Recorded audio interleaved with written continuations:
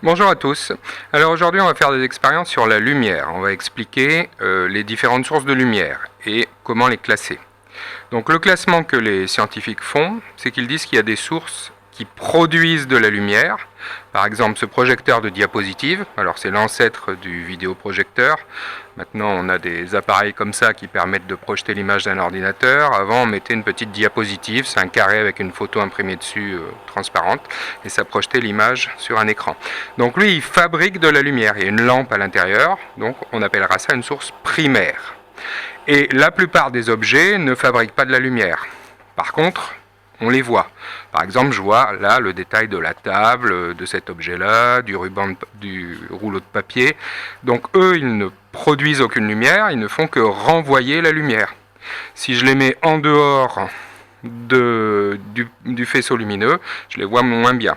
Donc lui, il renvoie la lumière, on appelle ça un objet diffusant. Il diffuse la lumière dans toutes les directions, ou il renvoie la lumière dans toutes les directions. C'est le classement qu'ont retenu les physiciens pour expliquer la lumière. Donc source primaire fabrique elle-même la lumière, objet diffusant renvoie la lumière. Alors, je vais vous montrer avec un carton de deux couleurs. Déjà, du côté blanc, si je le mets devant le faisceau puissant, en regardant le plafond, donc je le mets là, hop, sur le trajet du faisceau, et je vais arriver à éclairer le plafond et l'avion. Donc ça c'est l'avion de Louis Blériot, qui date de 1911 je crois, c'est celui qui a permis de traverser la Manche, enfin c'est une maquette. Et mon carton blanc permet d'éclairer l'avion. Donc le carton diffuse la lumière. Alors il ne faut pas dire qu'il réfléchit la lumière. Ce qui réfléchit la lumière, c'est un miroir. La différence avec un miroir, c'est que si je le mets sur le trajet de la lumière, le miroir il renvoie la lumière, mais je peux choisir d'éclairer l'avion ou d'éclairer juste à côté le plafond. Donc avec un miroir, je peux viser. Il y a un angle incident, un angle réfléchi. C'est les lois de la réfraction et de la réflexion. Donc là, c'est plutôt la réflexion sur un miroir. Donc ça, on dit que ça réfléchit la lumière, un miroir, alors qu'un objet blanc, il diffuse la lumière, d'où son nom d'objet diffusant. Donc la surface de la neige, mon papier, mon sopalin, c'est un objet diffusant. Donc pour les objets blancs, ça peut se comprendre assez facilement. Inversement, un objet qui va renvoyer très peu de lumière, il va être le contraire de blanc. Ce sera un objet noir. Donc de l'autre côté, j'ai le noir. Alors là, ça paraît quand même éclairé par le projecteur, ça nous renvoie un peu de lumière. Mais si on regarde au plafond, quand je mets le carton noir, on ne voit pas énormément de différence. Et la différence blanc-noir, je fais tourner là blanc-noir, blanc-noir, blanc-noir. Donc le noir, il renvoie très peu de lumière. Donc il en fait quoi ? Puisqu'il ne la renvoie pas, c'est qu'il la garde, il l'absorbe.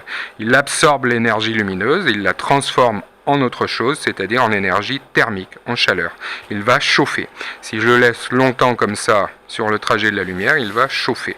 Pour ça qu'en été, il vaut mieux s'habiller en blanc, qui va renvoyer la lumière du soleil, et donc on aura moins chaud avec des habits clairs, qui soient blanc, jaune clair, vert clair, qu'avec des habits foncés, noir, rouge foncé, vert foncé, bleu foncé, ça va chauffer énormément puisque ça va garder la lumière et la convertir en chaleur.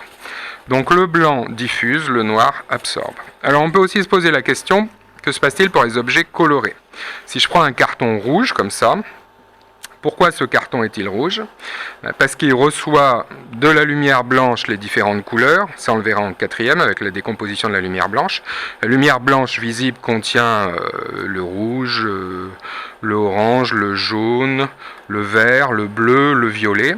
Donc il va absorber différentes couleurs et renvoyer le rouge. Donc si je le mets sur le trajet du projecteur, déjà on voit qu'il éclaire bien la table, et encore mieux le plafond.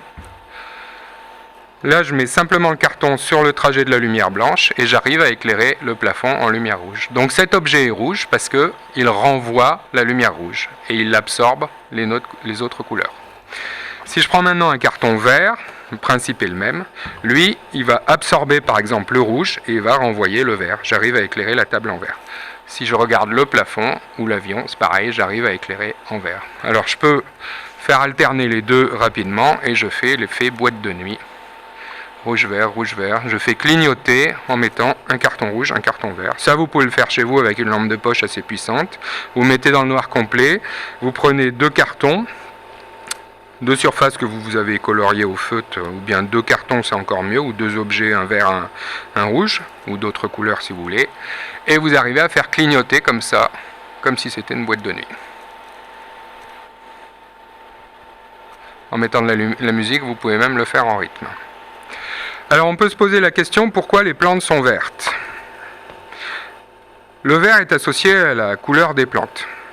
Et justement, l'écologie par exemple, et c'est la symbolique du vert en écologie. Les plantes sont vertes, donc tout est vert. Bizarrement, les plantes n'aiment pas le vert. Je viens de vous expliquer pourquoi.